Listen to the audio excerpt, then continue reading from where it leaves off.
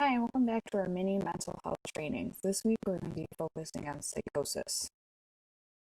We're going to define psychosis and talk about the symptoms. Also go over effective communication strategies with someone who's experiencing psychosis. Psychosis is defined as a loss of contact with reality. This includes delusions, hallucinations, and thought disorders. A person with psychosis incorrectly evaluates the accuracy of their perceptions and thoughts and makes incorrect inferences about reality even when contradicted. This means they're incorrectly going to evaluate reality no matter what, and they're going to believe what their delusions and hallucinations are telling them. One mental illness that has psychosis is schizophrenia. Schizophrenia is a mental illness that interferes with the ability to think clearly, manage emotions, make decisions, and relate to others. Symptoms include delusions, hallucinations, disorganized thoughts, incoherent speech, emotional flatness, slowed speech and movement. This person also may be unaware that they have a mental illness.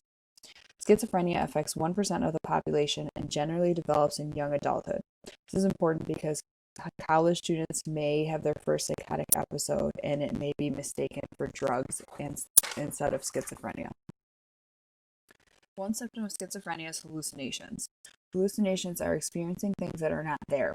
While auditory and visual hallucinations seem to be the most common, hallucinations can affect every sense: olfactory or smell, gustatory or their taste, and tactile, which is touch. The more stressed an individual is, the more intense the hallucinations will be. So keep this in mind when you deal with someone who has hallucinations that is in crisis that seems to be escalating. Their hallucinations may get worse.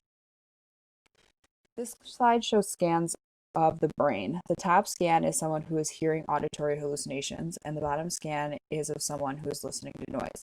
You'll notice that both brains light up, showing that they are indeed hearing things. Not only that, they light up in similar spots. This shows that the brain really believes it is hearing something. So the people who have auditory hallucinations, really, their brain perceives that they are hearing something. Those people who have those hallucinations truly are hearing, seeing, smelling, tasting, and experiencing these things that they say they are. Delusions are different than hallucinations. Delusions are fixed beliefs that a person has not keeping with the person's cultural or religious beliefs. There are several different types of delusion. Persecutory, which is when someone believes that someone is after them, like the police or somebody. Reference is when someone believes that the TV or radio is sending them messages. Grandeur is the belief, for example, it's like a grand thought. For example, they think they're Jesus or king, or they own a whole bunch of things. Somatic is the belief that there's a chip implanted in them, there's bugs in them, there's something, someone put something in them. And erotomanic is the belief that someone is in love with them. For example, Jennifer Aniston is their wife. The treatment of schizophrenia and other psychotic disorders are usually a combination of antipsychotics, which can be given both orally or in an injection, and also therapy. And usually they go to both group and individual counseling. Again, this treatment may be different for people depending on the severity of their symptoms or what they're going through. I'm going to go over a few communication strategies that will be helpful when interacting with someone who has psychosis. One very important thing to remember is do not confront the delusions or hallucinations. This means either way, both agreeing and feeding into the delusions, and also will have negative consequences along with trying to convince the person that what they're experiencing is not real, because it is real to them. Instead, you should be honest and say things such as, "No, I don't hear the voice, but I believe you do. What is it saying? I can't hear that, or I don't see that. Can you tell me what it looks like or what you hear?" Make empathetic statements such as, "That sounds scary. That can be frustrating." It gets people to open up more and makes them think you are there to help. Inquire about what is going on and figure out if they're planning to do something because of the delusions. So if someone says that people are after them, ask them if they plan on hurting those people. Are they planning on hurting themselves? Inquire more about what they're going to do because of what's happening.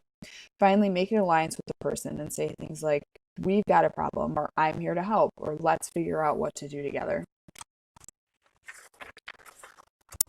Some more basic communication strategies include slowing down and waiting for a response.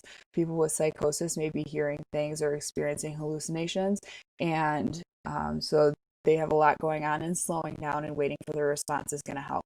Ask only one question at a time because, again, their brain may not be comprehending things as fast. Avoid joking around or sarcasm.